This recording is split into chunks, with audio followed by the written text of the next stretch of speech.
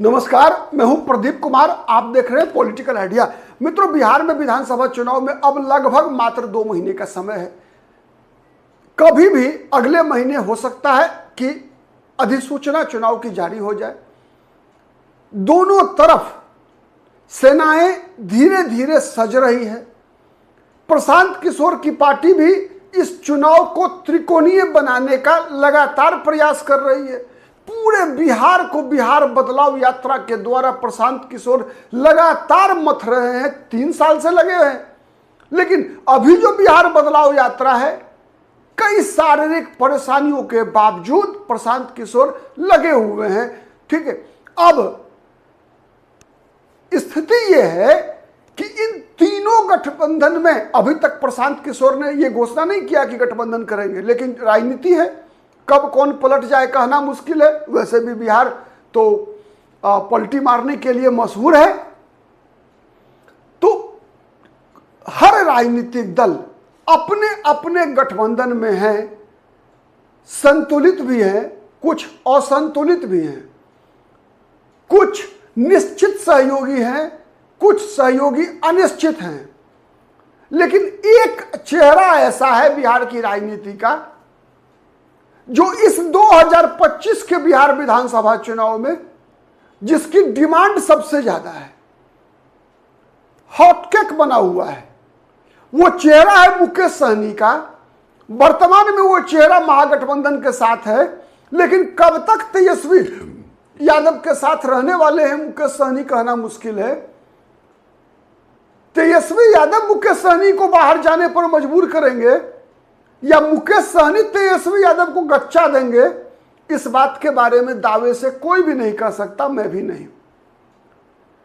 मुकेश सहनी कब भाजपा में चले जाएं, कब किस बैठक को छोड़कर तेजस्वी यादव पर पीठ में ही नहीं बल्कि छाती में छुरा मारने का आरोप लगा दें और जाकर दिल्ली में अमित शाह के साथ कोई सेटिंग कर लें, इसके बारे में कोई दावा नहीं किया जा सकता। लेकिन बीजेपी भी दिल से यह चाहती जरूर है कि मुकेश सहनी जो है हमारे गठबंधन में आ जाए। आरजेडी भी चाहती है, प्रशांत किशोर भी चाहते हैं। इसीलिए आपने देखा कि अभी मुकेश सहनी ने प्रशांत किशोर की भी प्रशंसा कर दी है पहली बार।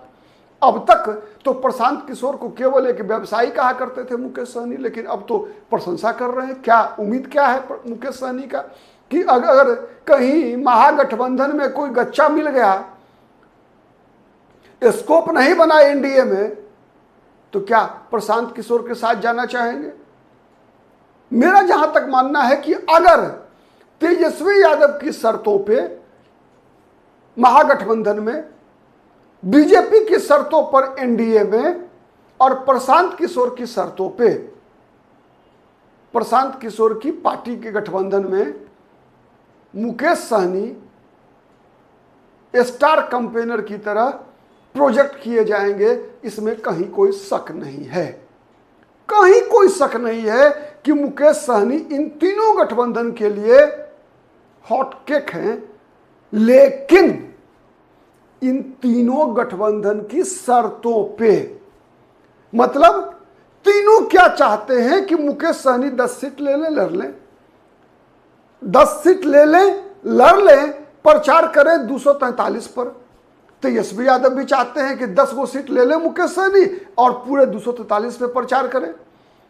बीजेपी भी चाहती है कि 10 सीट ले लें मुकेश सहनी पिछली बार की तरह, 10 में 5 उम्मीदवार भी मेरा हो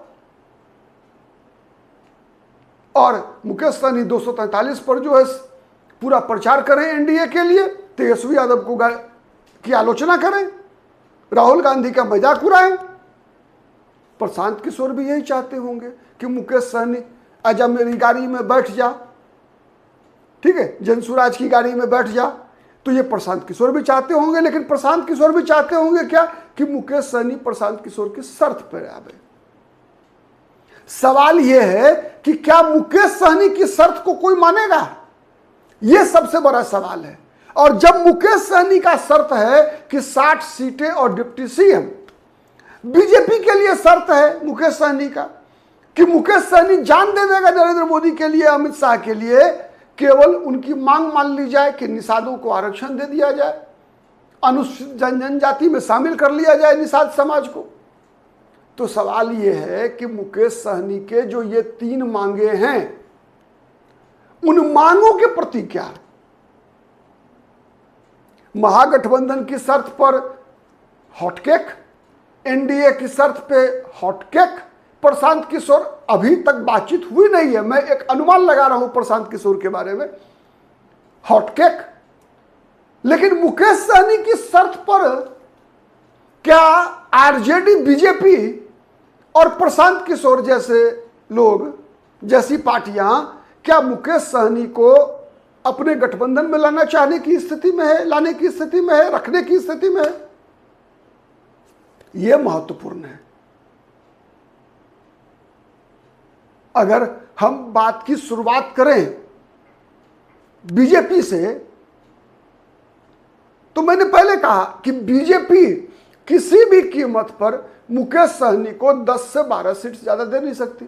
और डिप्टी सीएम तो बीजेपी खुद है, तो बीजेपी कैसे बनाएगी? 2।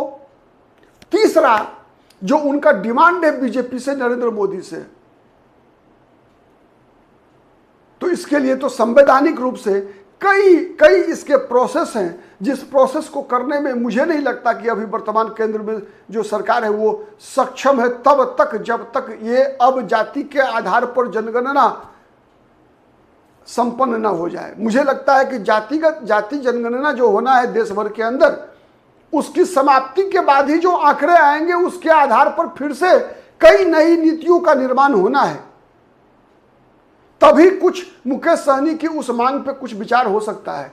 उससे पहले तो अब विचार होने की कोई संभावना नहीं है। हाँ, ये हो सकता है कि नरेंद्र मोदी घोषणा कर दे आकर कि हम अगली बार जब सरकार में आएंगे तो ऐसा करेंगे, लेकिन उसकी संभावना भी कम दिखती है। कम क्यों दिखती है? इसलिए दिखती है कि कहावत है कि बिल्ली, मतलब जो मुंह की जली द्वारा जो है दूध भी, पानी भी फूक फूक कर पीती है।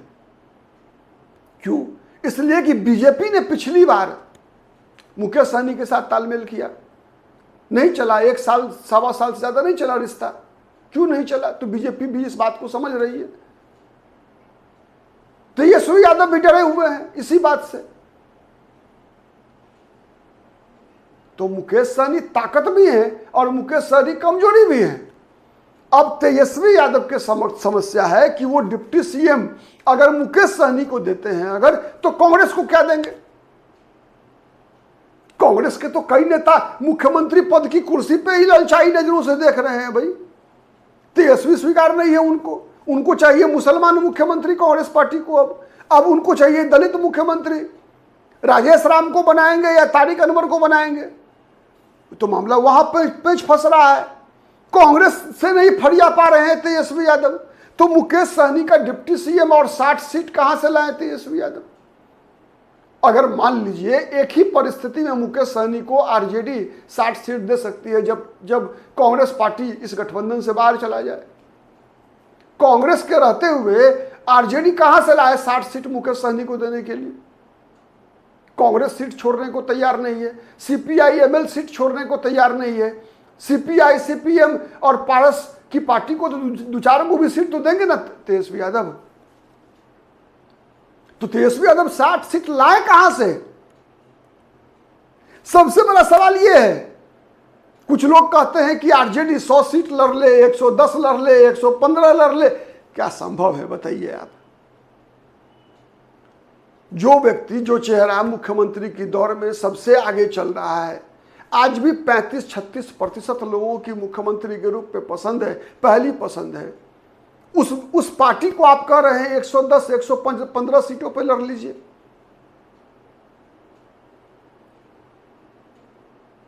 अरे बिहार की राजनीति का एक सबसे बड़ा दुर्भाग्य क्या है मैं बताऊं आपको, और इस दुर्भाग्य का निर्माता 3 राजनीतिक दल है बिहार में। 3 राजनीतिक दल ऐसे हैं जो जिसने इस परिस्थिति का निर्माण किया है बिहार में।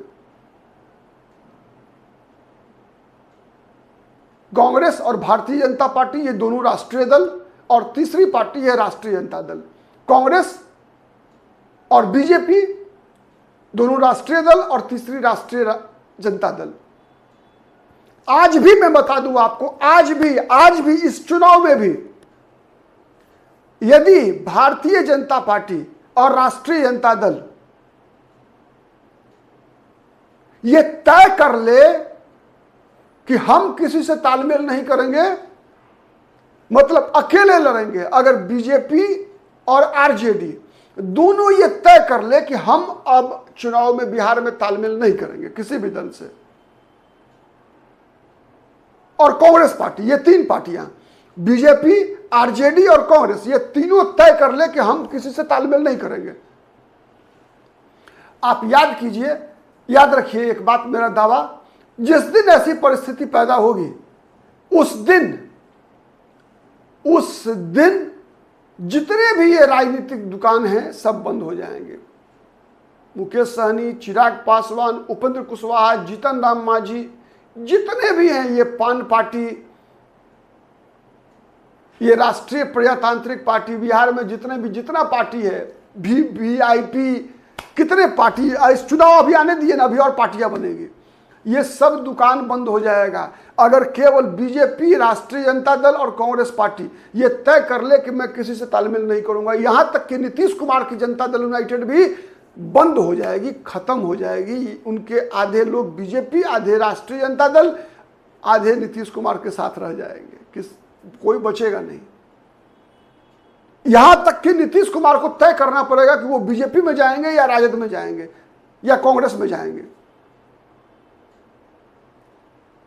लेकिन ये जो स्थिति है उसके लिए जिम्मेवार केवल और केवल बिहार में तीन दल हैं, भारतीय जनता पार्टी, कांग्रेस और राष्ट्रीय जनता दल। आज के लिए इतना ही, नमस्कार।